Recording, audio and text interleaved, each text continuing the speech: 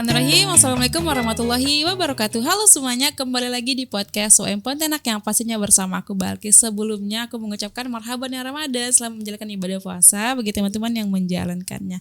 Nah, hari ini kita kedatangan tamu spesial nih. Biasanya kan mahasiswa ya yang jadi narasumber kita. Nah, hari ini spesial edisi Ramadan kita menghadirkan dosen kewirausahaan dari Fakultas Ekonomi dan Bisnis sekaligus Sekretaris Majelis Ekonomi dan Bisnis Pariwisata PWM serta Marmut Masjid At-Tanwir Al-Qasim. Penasaran kan siapa orangnya? Yuk kita kenalan. Halo.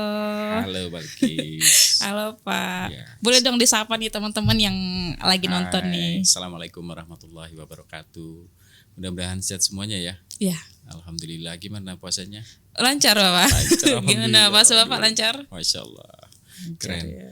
Harus semangat ya Kak Balkis ya. Iya betul. Nah, hari ini kedatangan Pak Soekardi nih teman-teman. Nah, Pak Soekardi, boleh kita tanya-tanya nih seputar kewirausahaan nih kan. Apalagi bulan Ramadan ini erat banget kaitannya dengan dunia pertakjilan nih. Oh iya. Mungkin kan. Nah, dari sebagai majelis ekonomi nih dari PWM sendiri, apakah ada terobosan baru nih Pak? Ya, untuk program Majelis Ekonomi kita sudah ada produk ya. Produk yang kemarin launching itu sepatu, ya, sepatu. Kemudian mie lezatmu. Oke. Ada juga kue. Kue itu larismu namanya.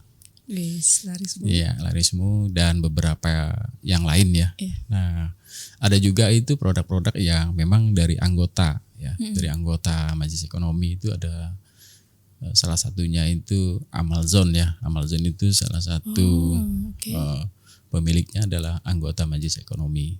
Nah, kemudian lain-lain lah, banyak lah Kak Balkis. Banyak banget ya. Tapi kita tetap berdakwah ya. Iya. Bermuhammadiyah ini kan terus berdakwah. Iya benar. Iya. Nah, untuk produksinya sendiri itu Pak, apakah memiliki struggle atau kesulitan gimana tuh Pak? Kalau produksi kita tergantung pesanan ya Kak Balkis. Nah, kita baru-baru ini meluncing lempuk durian. Rencananya ini akan jadi produk unggulan juga di Majelis Ekonomi. Nah, kita joinnya nanti kerjasama dengan Jatim. Baru awal kita merencanakan lempuk ini karena kemarin kan banjir durian tuh, benar, ya kan? Benar. Nah, rasanya peluang ini apa ya? Harus diambil. Harus diambil dong. Duriannya kemana-mana banyak nih durian. Nah, akhirnya kita berencana buka bisnis lempuk.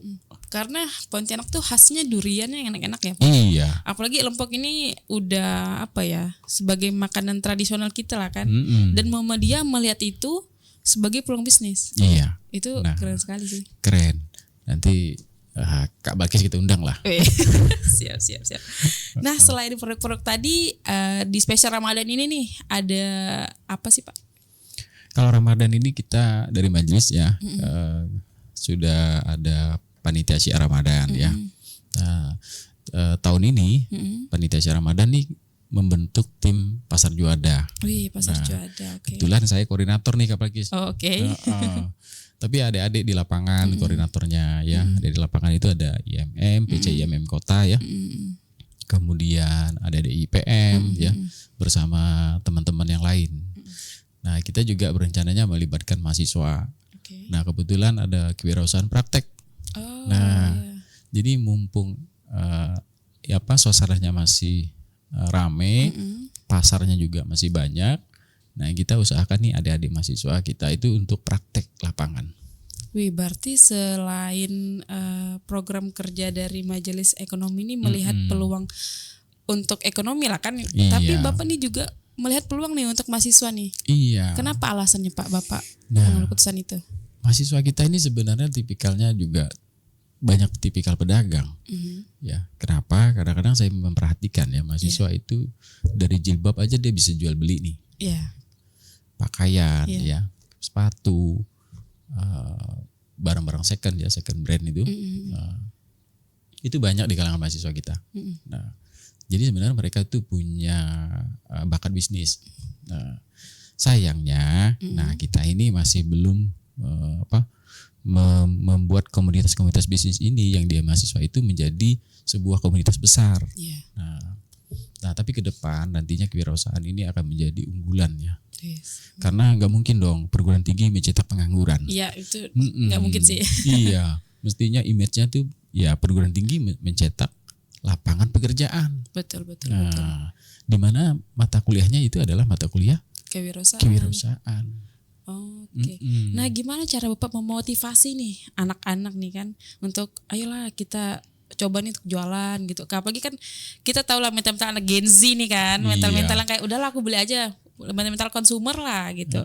Strawberry ya. Ya, strawberry apa sandwich? Bukannya strawberry ya. Nah, gimana tuh cara Bapak nih untuk menyemangati mereka lah gitu. Iya. Jadi setiap anak tuh beda-beda ya.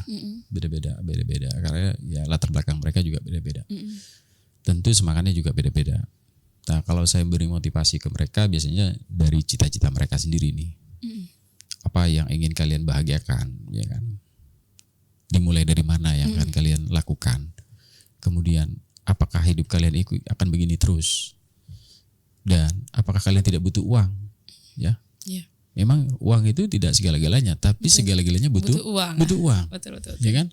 Gedung ini berdiri 9 lantai butuh uang. Yes. Nah, kalau kita nggak punya uang gimana kita membangun?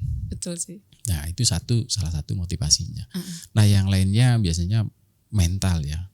Kadang-kadang anak-anak kita itu, adik-adik kita ada yang masih mentalnya yang mungkin kayak tadi bilang tuh strawberry ya.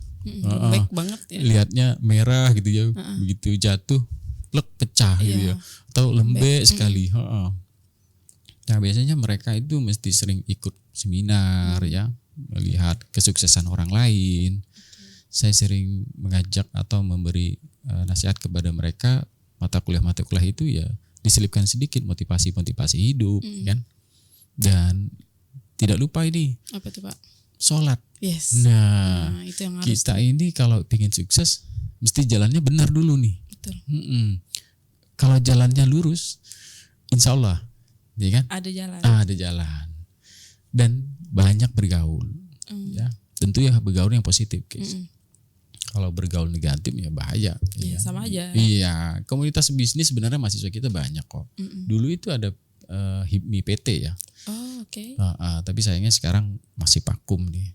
Mudah-mudahan nanti perguruan tinggi kita boleh menjajaki dengan himpunan pengusaha muda ya, supaya di kampus kita juga ada himpunan pengusaha muda perguruan tinggi. Yeah. Nah itu caranya juga masuk ke komunitas itu. Nah, untuk menjalankan misi Bapak ini, apakah Bapak ada tim di belakang layar untuk menggerakkan mahasiswa nih kan ekonomi gitu?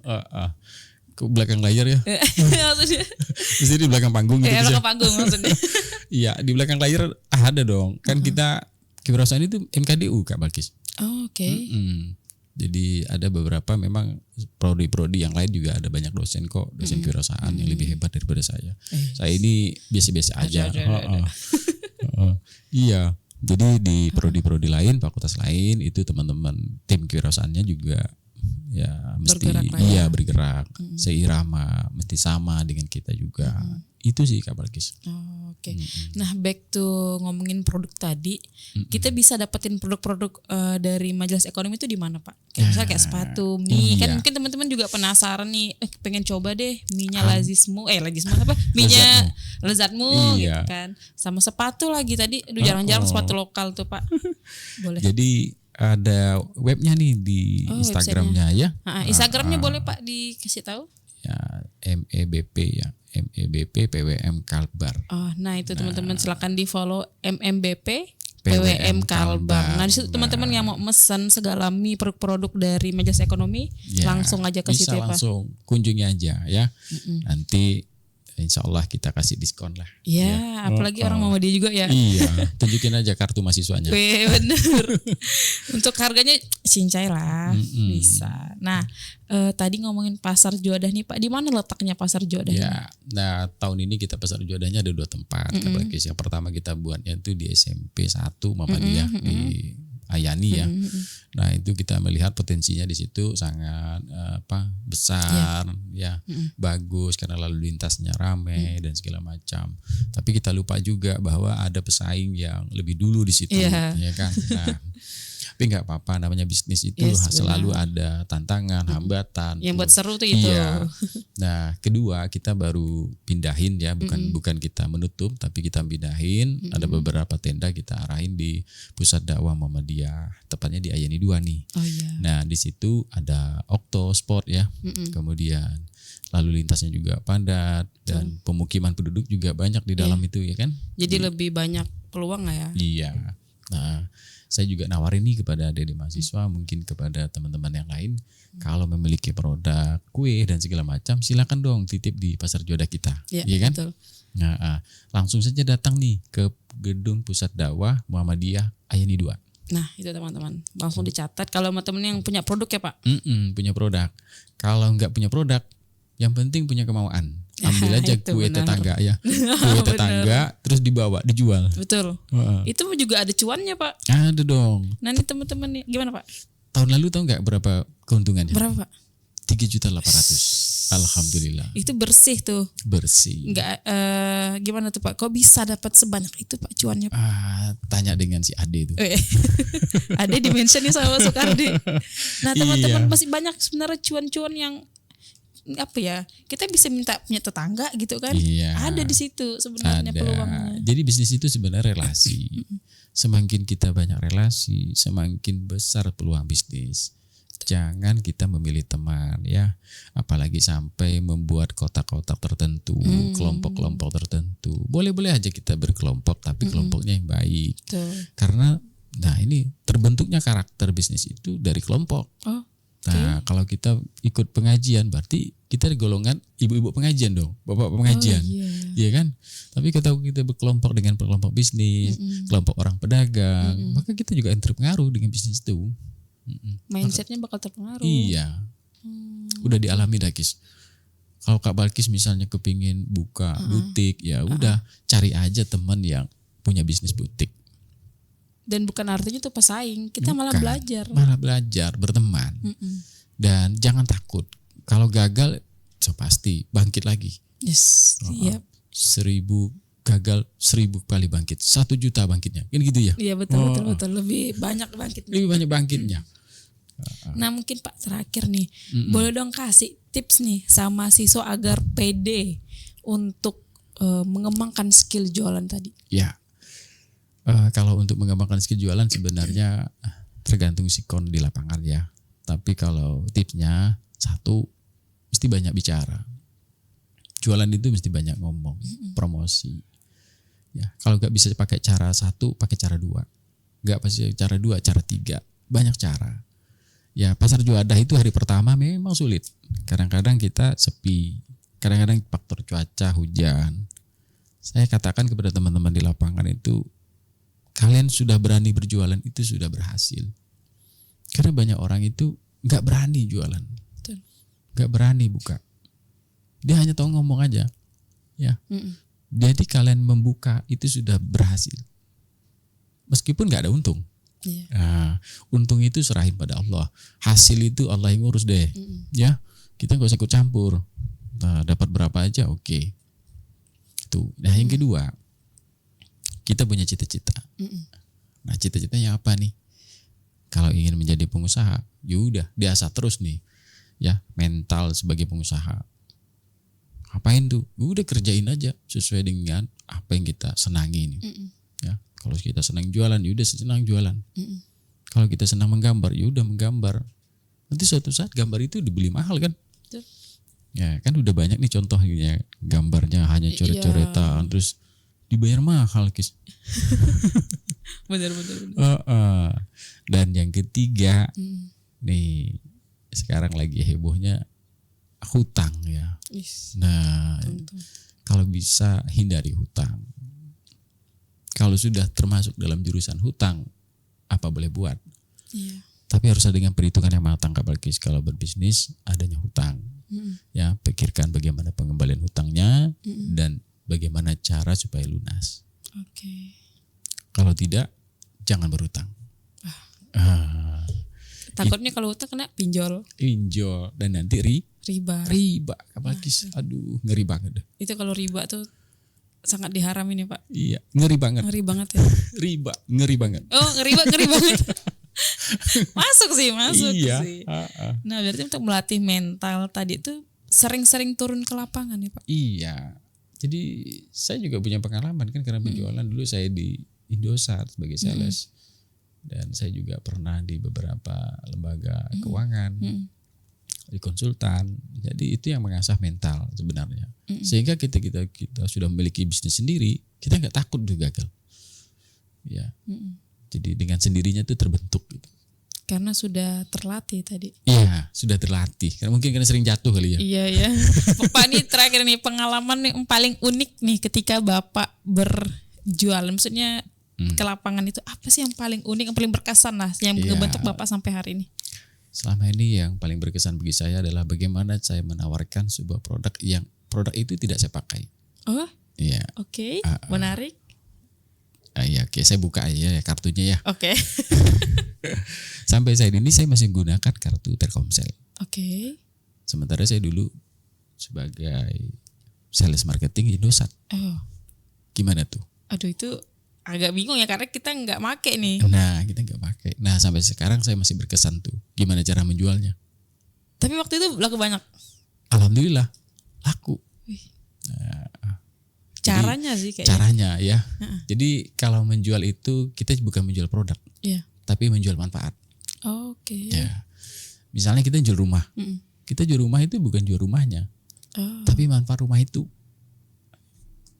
Apa manfaatnya? Misalnya bisa bikin tenang, bikin nyaman, bikin orang mudah diakses, bebas banjir. Yang sekarang banjir di mana-mana ya. Iya.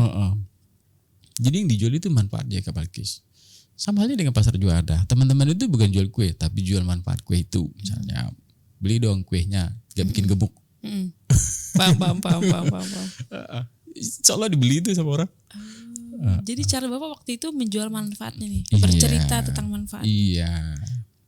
Oh itu sangat berkesan ya. Iya berkesan juga Bagis. Dan yang lainnya banyak deh pokoknya. Ya. Udah jatuh bangun nih di bidang wirausaha nih. Jatuh terus pokoknya.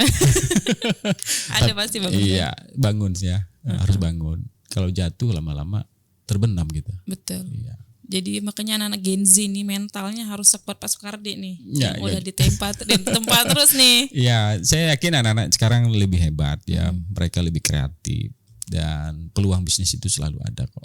Gak usah takut, rezeki itu sudah Allah atur kok. Tidak akan tertukar, sudah tertakar. Kata-kata hari ini Pak Soekardi. Iya. Rezeki yang tertakar yang tidak akan tertukar. Ya. Nah teman-teman itu tadi ya sharing-sharing seru nih sama Pak Soekardi. Ingat kata Pak Soekardi, mentalnya harus ditempa terus. Yang tertakar tidak akan tertukar. Nah mungkin itu aja dari kami. Terima kasih. Jangan lupa untuk teman-teman yang punya produk langsung titip ke Pasar Juanda. Dan tadi yang mau lihat-lihat nih produk dari Majelis Ekonomi bisa di Instagramnya MMBPPWM Kalbar, jangan lupa di follow. Nah itu aja dari kami. Sampai jumpa di video selanjutnya. Assalamualaikum warahmatullahi wabarakatuh.